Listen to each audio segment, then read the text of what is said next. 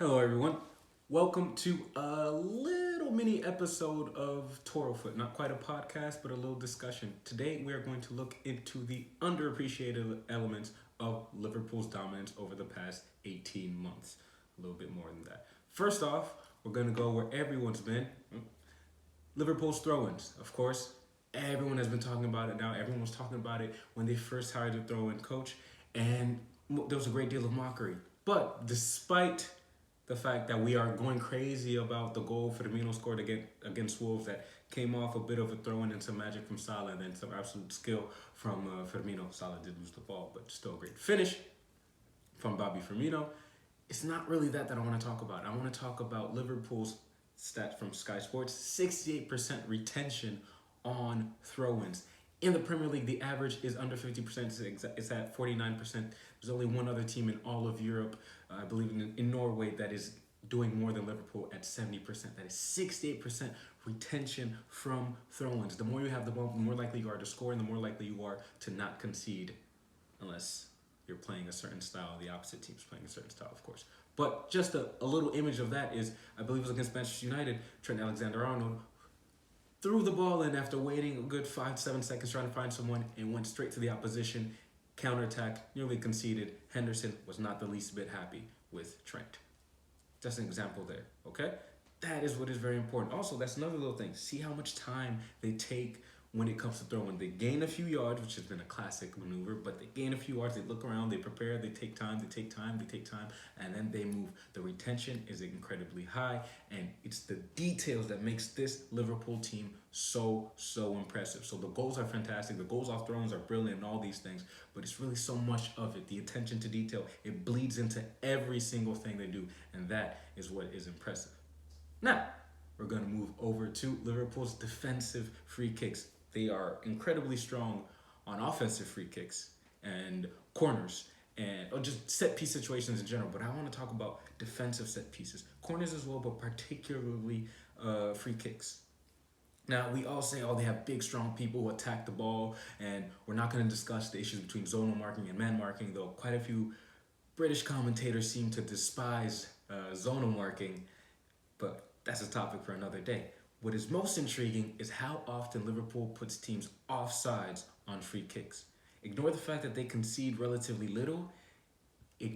Just check out how often that line is rigid. It's a high line, and that line is rigid. It's been about like that for about 18 months now. They've been consistently doing it. That line does not budge. And if you watch the Liverpool game in the Cup against Everton, which Liverpool won, or you watch their game in which they lost 5-0 to Aston Villa, the youths in the other cup, you will see how they tried to implement some of the first team's themes and styles and didn't quite get it done. And that just showed you that, first off, there's a pattern. There's a foundation. They're doing the same thing. There's a DNA. But also how much it takes to do it. Liverpool obviously putting the discipline and the time and the energy in training sessions to get that down. So before someone even has to attack the ball, it's already called off.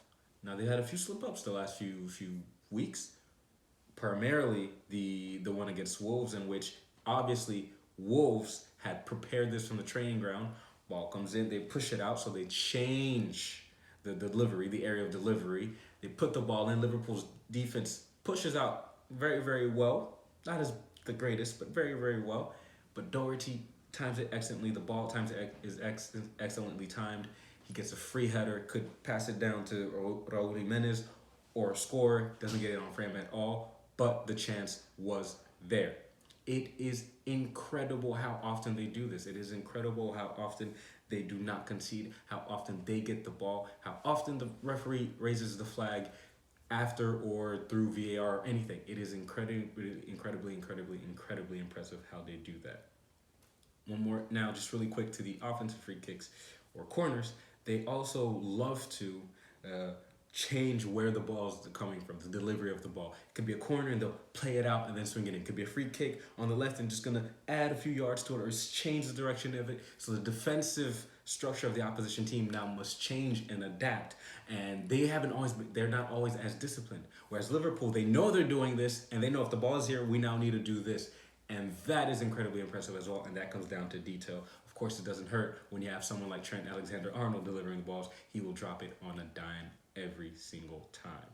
And for the final little topic here, we're going to talk about Liverpool's long game.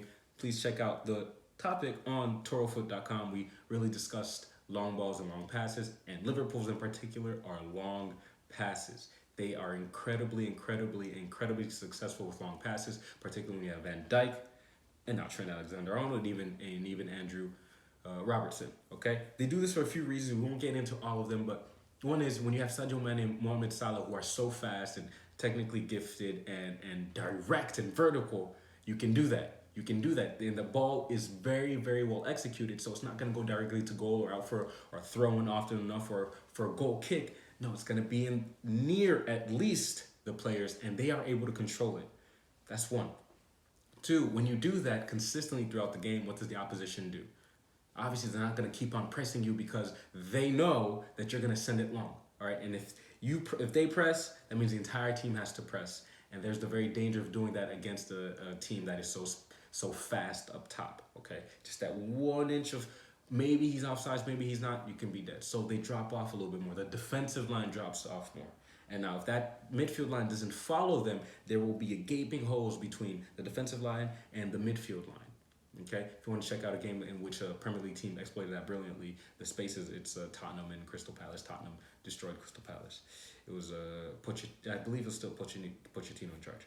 But back to Liverpool, the more that opposition defensive line drops, the more space there is for Liverpool, particularly when the midfield line drops with them, because they have to. Otherwise, Firmino will come check in. Mane as well will check in. Wijnaldum and Henderson and Oxlade-Chamberlain and Keita will make runs in pass, and they will receive the ball behind the opposition defensive line, behind the opposition midfield line, and in front of the opposition defensive line, and can attack and go directly to goal. So the midfield line has to drop, and what does that mean? The forward line might have to drop as well. If they don't, well, that's another issue. Not as bad as the first one, but the entire team will drop, and that will allow the entire Liverpool team to push forward. And last year, for instance, against Manchester City in Liverpool's win, what was it, 2 years ago? I'm so sorry, I forgot the date. But Manchester City dominated possession, not in the draw, and Liverpool dominated possession in opposition half. That was really impressive. Yeah, City had a lot of possession, but Liverpool spent more time in the opposition half of the ball than City did. And that is something they can do against any team in the world. They can do that against any team in the world. And the long ball is part of that. The long ball is part of that because it forces the defense to react. It was something Mourinho really popularized, especially in his time with Chelsea when he first arrived. And sending the ball forward the first 10-15 minutes of the game to drop the opposition line. That way you can move forward and get your more technical back players getting farther up the field with the ball and being able to influence the game farther up the field. So that's one thing right there. Okay, and then also Liverpool, depends on what you mean by long balls, but Liverpool has the most of any of the top 6 teams of long passes played. The most, and it's truly incredible. I think it's at least 200 more than the next closest, which is Chelsea. And that's a Premier League stat from PremierLeague.com. Go ahead and check it out.